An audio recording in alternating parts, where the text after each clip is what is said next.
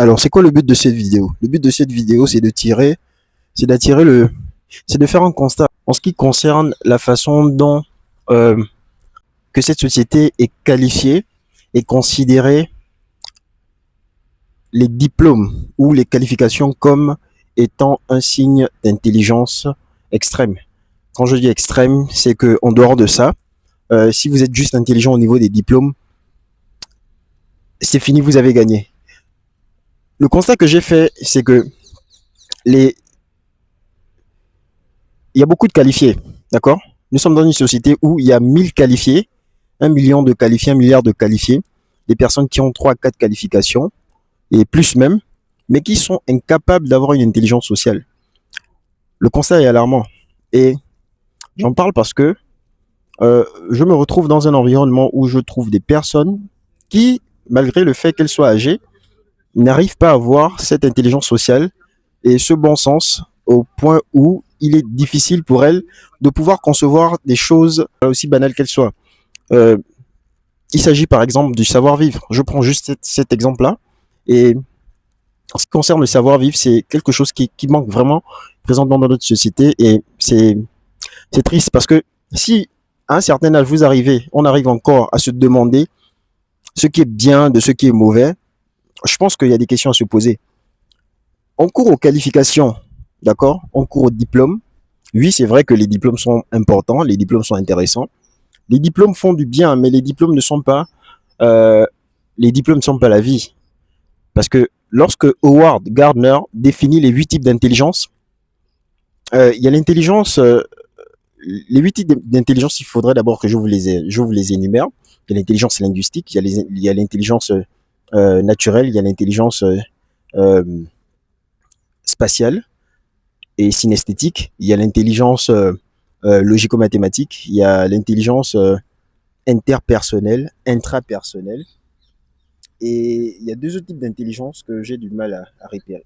Il y a deux autres types d'intelligence que j'ai du mal à repérer. Bon, je me laisse un peu distraire par les gens parce que c'est la première fois que je fais du contenu hors de chez moi. Donc la concentration ne sera peut-être pas à son beau fixe. Alors, les intelligences que je viens de citer tout de suite sont des intelligences qui servent et qui ne sont pas... En fait, elles servent à savoir se mouvoir dans la société, mais elles ne servent... je ne dirais pas qu'elles ne servent pas, hein, parce que ce sont des choses, ce sont des recherches qui ont été menées et qui ont sorti ce résultat. Mais au-delà de ça, à l'intérieur, il y a l'intelligence interpersonnelle et intrapersonnelle. En ce qui concerne l'intelligence interpersonnelle et intrapersonnelle, il s'avère que les gens, non seulement ne se connaissent pas, mais pensent se connaître et ils ne connaissent pas aussi leur environnement. Parce que si vous ne vous connaissez pas, ce sera difficile pour vous de connaître votre environnement. Ce sera difficile pour vous de connaître le prochain, ce sera difficile pour vous d'interagir avec le prochain. Et au-delà des cultures, au-delà de toutes les différences culturelles qu'on puisse avoir, il est important de souligner que, comme je le dis toujours, le bon sens est la chose la mieux partagée. Mais si déjà à ce niveau, nous perdons ce qui nous est essentiel, la clé, le savoir communiquer, le savoir parler, le savoir interagir, le savoir respecter et le savoir se mettre ensemble, le savoir fonctionner ensemble, ça devient compliqué.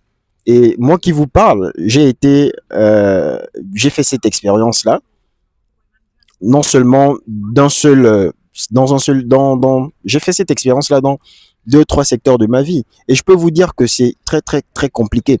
L'une des choses que j'ai notées, l'une des choses positives que je peux vous dire, c'est que au bout de ces expériences, vous comprenez pourquoi il y a beaucoup de choses qui ne sont plus au niveau auquel elles doivent être. Pourquoi? Parce qu'on a priorisé la qualification, on a priorisé les qualifications intellectuelles, professionnelles, dirais-je, par rapport à celles personnelles. Parce que si vous, si vous acquérez tout le savoir professionnel que vous pouvez avoir, mais sans avoir la possibilité de le mettre en pratique en le spécifiant à chaque individu, c'est au vide. Et l'ère dans laquelle nous sommes ne favorise pas la spécificité des individus. L'ère dans laquelle nous sommes favorise l'ensemble parce que on donne un seul modèle et tout le monde va suivre. D'accord? Mais le fait de prendre le savoir et la qualification qu'on a et de l'adapter de façon sociale avec les personnes avec qui on interagit, ça change toute la donne. C'est ce qui amène cette touche exceptionnelle, cette touche-là qui change, qui apporte un renouveau, l'innovation. D'accord? Alors, je parlais au début du fait que les qualifications nous aient fait croire que en dehors de ça, lorsqu'on arrivait à ce niveau, lorsqu'on avait deux, trois qualifications, ça suffisait pour être quelqu'un d'intelligent socialement. Alors que c'est faux. C'est très faux. C'est faux parce que,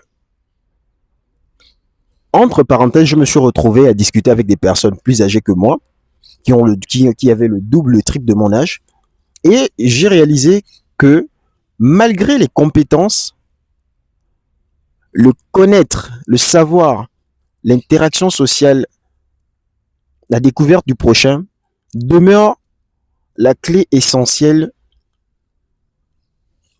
dans l'avenir d'une nation, dans l'avenir d'une société. Si un individu n'arrive pas à conjuguer son savoir professionnel et son savoir social, ou s'instruire de façon sociale et sommer à cela son savoir intellectuel, je ne pense pas qu'on pourrait arriver à une société hautement qualifiée. Parce que la qualification ne s'arrête pas seulement au niveau des diplômes. La qualification va aussi dans la capacité d'un individu à apporter du renouveau, à apporter de la valeur ajoutée dans la vie d'un autre individu.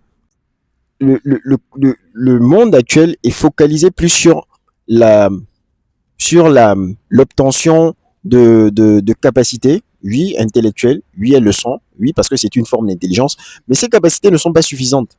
Il y a un fossé entre ce qu'on acquiert, entre le fait d'emmagasiner les connaissances et non seulement de les mettre en pratique, mais de les adapter à son environnement.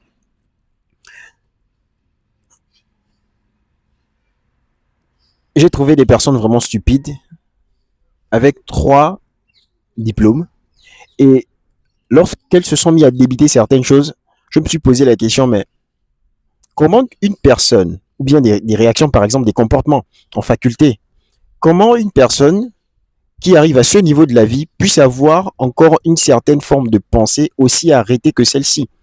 D'accord? Moi, je parle par exemple en tant qu'étranger. Ok? Je parle en tant qu'étranger et je suis étudiant dans l'une des plus grandes universités, là où je me trouve. Et il m'est arrivé, jusqu'à présent, il m'arrive toujours, les gens viennent à me questionner, certaines personnes viennent à me questionner et me demandent comment j'ai fait pour arriver ici. Ce sont des questions, de mon point de vue, ce sont des questions stupides parce que je ne pense pas qu'arriver à l'université, on soit autant ignorant qu'on puisse encore avoir certains stéréotypes et certains préjugés. J'ai parlé du savoir-vivre, mais ça aussi, j'ai parlé de l'approche sociale à un certain niveau de qualification. Et ça en fait partie. Pourquoi? Parce que si vous arrivez à un certain niveau de la vie, de vos études, il y a un ensemble de connaissances, c'est-à-dire la culture générale, que vous devez avoir, que vous êtes censé obligatoirement avoir. Si vous arrivez à un certain niveau de votre vie avec certains préjudices ou, je dis préjudices, certains stéréotypes, je ne pense pas que vous ayez eu l'éducation, vous ayez eu la qualification, une qualification de valeur. Je ne pense pas que vous ayez eu une qualification de valeur. Qu'est-ce que je veux dire par là? Être qualifié ne regarde pas seulement une sphère. Parce que lorsqu'on étudie un sujet, lorsqu'on arrive par exemple à l'université et qu'on étudie un sujet, ce sujet regroupe d'autres sujets. Donc la science va regrouper la littérature, la science va regrouper la littérature va regrouper l'art et ainsi de suite. Et ces branches vont s'entremêler pour donner un nœud, parce que l'un ne fonctionne pas dans l'autre. Et vous allez remarquer que lorsque vous étudiez certains scientifiques, vous allez réaliser qu'ils ont fait des poèmes. Ils ont non seulement fait des découvertes scientifiques aussi, mais ils ont fait des poèmes, ils ont fait des œuvres d'art, ils se sont intéressés à d'autres disciplines. Et ça, beaucoup ne le savent pas. C'est la raison pour laquelle je disais tout à l'heure que lorsque vous arrivez à un certain niveau d'études, notamment à l'univers, plus particulièrement en faculté, il y a un niveau de connaissance que vous êtes censé avoir. Et si dépasser la licence, par exemple, ou arrivé au master, vous arrivez toujours à poser un certain nombre de questions que j'appelle questions stupides. Je me pose la question. Les qualifications que nous avons sont des qualifications qui nous servent juste pour décorer notre bien avoir un statut social ou décorer notre curriculum, ou ce sont des qualifications qui servent à être appliquées en contexte, en fonction du contexte social et en fonction des interactions que nous avons. Parce qu'il ne s'agit pas seulement d'arriver et d'avoir un diplôme ou bien de gagner quelque chose. Toujours est-il que le diplôme que nous essayons d'avoir ou bien le diplôme que nous allons obtenir, c'est un diplôme qui a regroupé plusieurs branches. On va étudier plusieurs matières, on aura affaire à plusieurs examens, aussi différents soient-ils. Et ces examens regroupent les différents aspects de la vie de façon professionnelle. Mais lorsqu'on quitte de ces aspects, lorsqu'on quitte de la sphère estudiantine pour se retrouver dans la sphère sociale, le but est de, de mettre en pratique ce qu'on a pu avoir de façon, de façon professionnelle, c'est-à-dire au niveau de l'instruction. Mais si à ce niveau, on n'y arrive pas, là, ça devient un gros problème. Et mon attention est à ce niveau. Mon attention est à ce niveau parce que j'ai l'impression qu'on devient juste qualifié, juste pour décorer non seulement les curriculums, mais juste pour avoir un certain niveau social sans pour autant être social comme il le faut. Et c'est vraiment déplorable. Et c'est là où c'est là où je tire la sonnette d'alarme. C'est là où je tire la sonnette d'alarme. Alors, je pense que ce serait quelque chose à revoir. Si vous regardez Robinson, si vous connaissez Sir Kate Robinson, si je me trompe, il a beaucoup participé dans le renouveau de l'éducation, le renouveau de l'instruction. Et il était beaucoup plus pour l'innovation et la spécificité et le fait d'apprendre, d'enseigner à chaque individu selon sa façon de compréhension, chaque information ou l'instruction, surtout l'instruction, parce que c'était un instructeur, c'était un pédagogue, et il a été le meilleur pédagogue jusqu'à présent, le meilleur pédagogue connu jusqu'à présent, ça a été lui. Donc, le fait qu'on se retrouve dans dans l'environnement capitaliste dans lequel nous sommes aujourd'hui, l'environnement capitaliste dans lequel nous sommes aujourd'hui ne favorise pas l'apprentissage, ne favorise pas l'instruction pour être corrélé, c'est-à-dire pour en faire une corrélation avec les rapports sociaux. Et c'est dommage. Et c'est dommage. Et malheureusement, ça ira comme ça. Parce qu'il y a beaucoup de choses qui me viennent en tête là présentement, mais pour éviter de faire l'amalgame, je suis obligé de m'arrêter là. Sinon, je ne finirai pas. Et je pense quand même que c'est quelque chose qu'il faut revoir. Et ma sonnette d'alarme se tire à ce niveau. Tout ce qu'on apprend, tout ce qu'on va acquérir en faculté, à l'école du primaire au secondaire, ce sont des savoirs qui ont pour but d'être appliqués dans la société. Pas être appliqués à la société, mais être appliqués dans la société. Donc, dans la société, nous aurons quoi? Nous aurons des êtres humains parce que nous formons la société. Donc, en tout et pour tout, il faudrait se rappeler que ces savoirs-là, ces connaissances-là, doivent nous servir à être utiles dans la vie de quelqu'un. D'accord? Donc,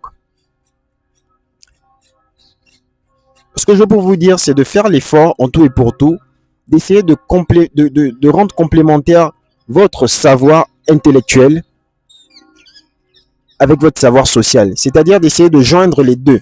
Parce que de jour en jour, nous devenons des robots. Et c'est vraiment dommage.